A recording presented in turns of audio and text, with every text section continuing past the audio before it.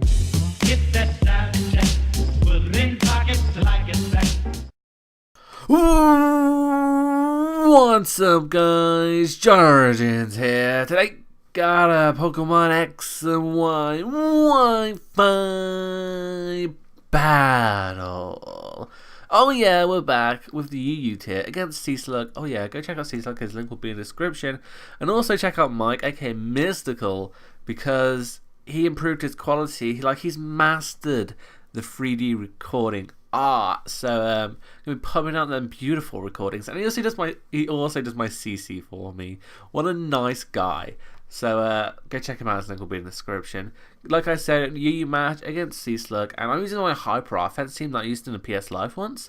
And I never used teams from PS Lives in Wi-Fi battles. I don't know why, it's just they're kind of like a one-use thing, and that's why I have so many teams. But this team I really did enjoy it, especially when a defensive play was like all that was around in UU. Wanted to play some hyper offense, and of course this game was taken before Caldio got swept away back into OU or wherever it is nowadays. But in the start of the match, I'm going to go with my Aerodactyl and he's going to go with his Rotom. And of course I'm going to get up my rocks, because if you didn't notice from the team preview, he has a lot of stuff with the rocks. He has the Rotom Heat, he has the Tawny T and the Arcanine. Then he has Registeel, Mienshao, and something else, something irrelevant, but I don't think it's with the rocks. But I'm going to get them up, and then I'm going to go for the Earthquake, which is actually fantastic for me, because A, I did a lot of damage to that Mienshao, B, I know it's not Scarfed, C, I most likely know it doesn't have Fake Out, and D, I know it's Life Orb, and then E, oh yeah, so many points. I get to see if he is Regenerator or Reckless when he switches out, which is good knowledge, of course. So I'm going to bring in my Caldio. I'm Choice Scarf to all-out speed, and I'm just going to go for the Secret Sword because I know it will kill the Mienshao from the range of HP that it is at. And also, if I went for the Surf or the Hydro Pump, I probably have Hydro Pump, I don't play Surf. He has a Gastrodon, so I ended up doing a lot of damage to that Gastro with the Secret Sword, and I'm like, this is probably too okay if I get a good damage roll, which I do, so I'm able to take out the Gastro.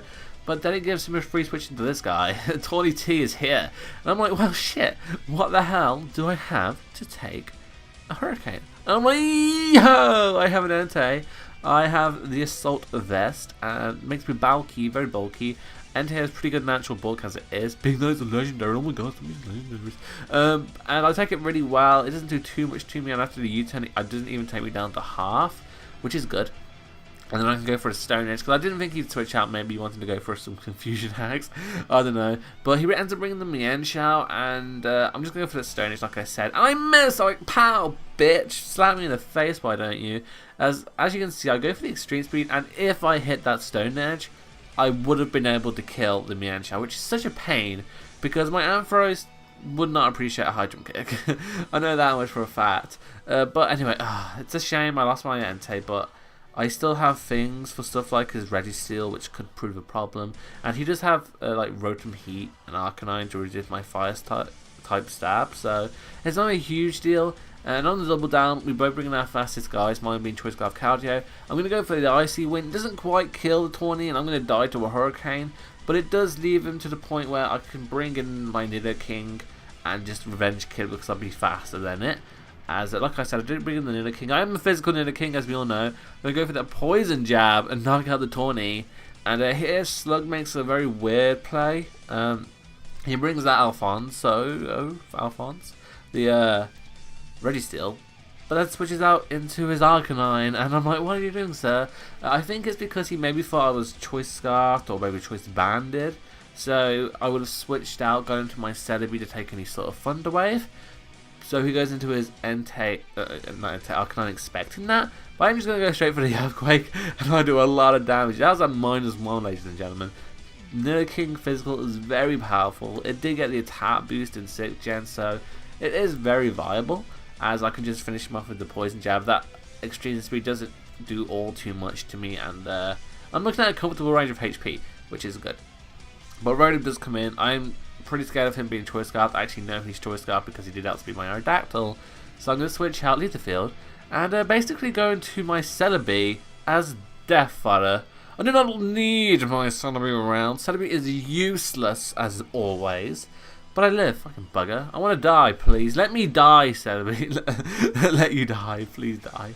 But this is good, actually. It's somewhat useful because I can just go for the Batman pass on the odd chance that he switches out, not thinking that the overheat will kill.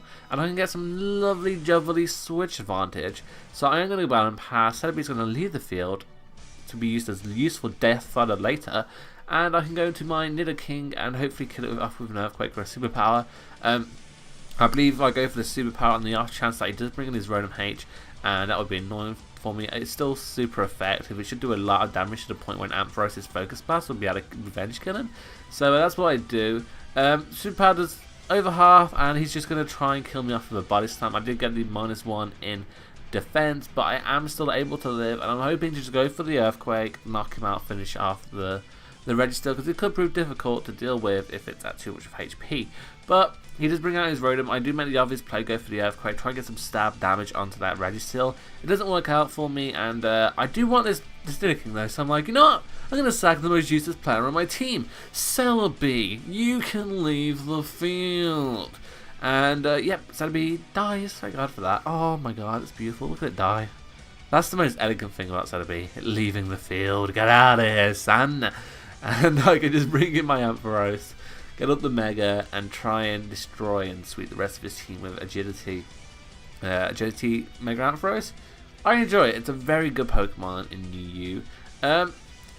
Agility doesn't do that much to it. It just outspeeds certain non-choice Scarfers.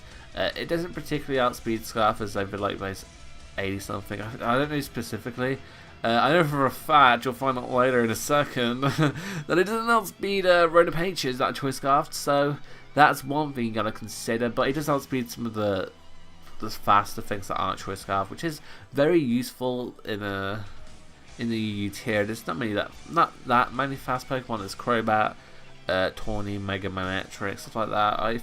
You might be able to outspeed. I don't know. I don't particularly look at the stats as you get +2, but anyway, Ampharos cleans up the game and I win. Good game. That was actually a pretty good game. It was a lot of fun. Like I said, it's short and sweet, but that's what Hyper Offense does to a battle.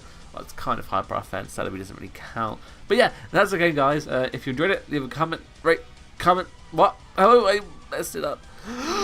Rate, comment, subscribe. I've been JohnOrigins in the mount, so peace.